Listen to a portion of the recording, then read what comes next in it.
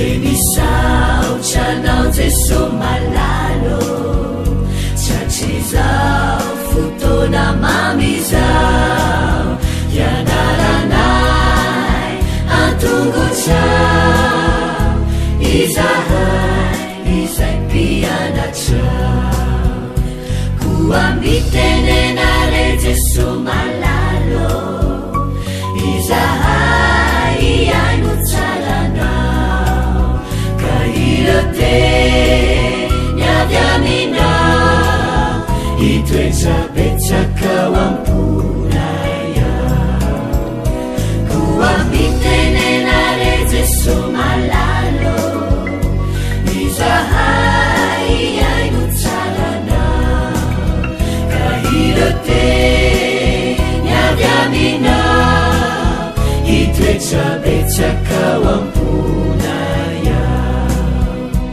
irate niavy aminao itoetsabetsakao amponaya.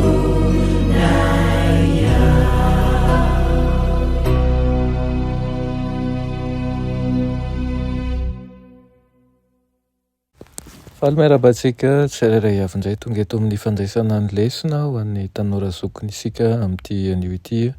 Misaoran'Andriamanitra isika fa mbola afaka miditra anatin'ny herinandro vaovao ihany koa fa atsika mandray ny heriny hatrany. Lohan'ny derantsika ny amin'ny lesona anio dia hivavakisika. Reny malala tsara ny izan-danitro tolotrainao ny dera laza ny atsasony voninahitra. Sotranao izay ray eo satria mbola manaiky manjakariva ianao ny izaran'ny fahasoavanao aminay. Sotranao ihany koa izay mitarika anay amin'ny lalana tsara ary ihany koa mananatra anay raha diso lalana izay. Kehitriny dia andray ny hery avy aminao izay metezinao tompo amboly zava-tsoa anatinay tsirairay avy. Anaran'i Jesosy, amen. Teny lesona antsika androany dia manao hoe safidy roa lalana telo. Tao amin'ilay antso farana nataon'i Mosesy amin'ny voaka an'Andriamanitra dia naimbarany fa izay mifidy an'Andriamanitra sy ny lalany dia azo fiainana. Ia maro sy ho maro tokoa ny andray fitahiana, ho maro ho any sy ho sambatra ary hanana fananana maharitra mandrakizay. Izay mifidy anohitra an'Andriamanitra kosa ka mandatsy iaino fa voataona ihany koa ka sy hanompo andriamanika hafa dia ho faty. Tsy ho maro andro ary voaozona. Navelan'Andriamanitra isy ireo safidy roa ireo. Ny fiainana miaraka amin'Andriamanitra dia midika fanoloran-tena tanteraka. Midika ho fialana amin'ny fifantohana amin'izaho sy ny fitaoman'izao tontolo izao izany, ary manao an'Andriamanitra aloha laharana manaiky azy aloharan'ny fiainana sy ny fahamarinana. Tsy voatery ho araka ny lalan-kizorantsika kehitriny anefa no tsy maintsy hafarantsika.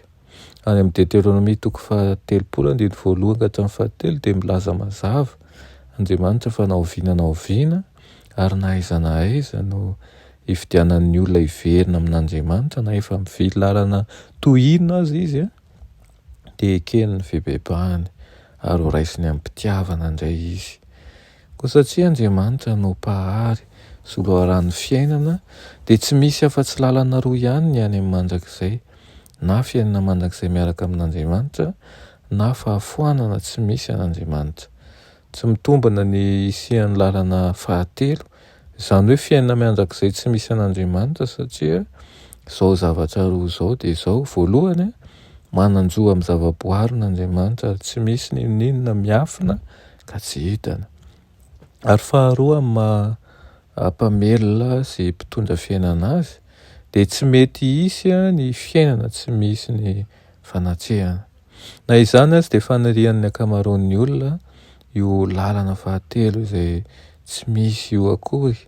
Tsy mety hisy io raha tsy hoe Andriamanitra isika ka manana fiainana ao anatintsika tsy nindramina na azo avy tamin'iza na tamin'iza, kanefa miharihary fa tsy manana an'izany fiainana izany isika. Ny fisainana toy izany nahatonga ny Satana hikomy amin'Andriamanitra. Ny faniriana io lalana fahatelo io izany ny faniriana ho tonga Andriamanitra mihitsy azy ka hanaovany lalana izay mifehy fiainana eto amin'izao rehetra izao. Raha fehezina ny lesonantsika androany dia izao: safidy roa ihany ny ananantsika. Tsy misy lalana fahatelo fa na iandany amin'ny Kristy na iandany amin'ny Satana. Ireko indrindra ianao iandaly amin'ny Kristy manjakariva ka angataka amin'ny fanahy masina mba ahafahanao manolo tena ho azy, ahafahanao mijoro manjakariva ihany koa amin'ny fanarahana azy. Amen. Renay tsara indrindra mbola misaotra anao izahay amin'izany teninao izany. Misaotra anao ihany koa mahafantatra anay ireo safidy ireo ary esory ao anatin'ny fisainanay mety aniry ao anatin'ny folim-pisainana ny lalana fahatelo izay tsy misy akory fa ampianaro izay hanana safidy tsara dia ny safidy araka ny sitraponao. Aminaran'i Jesosy. Amen.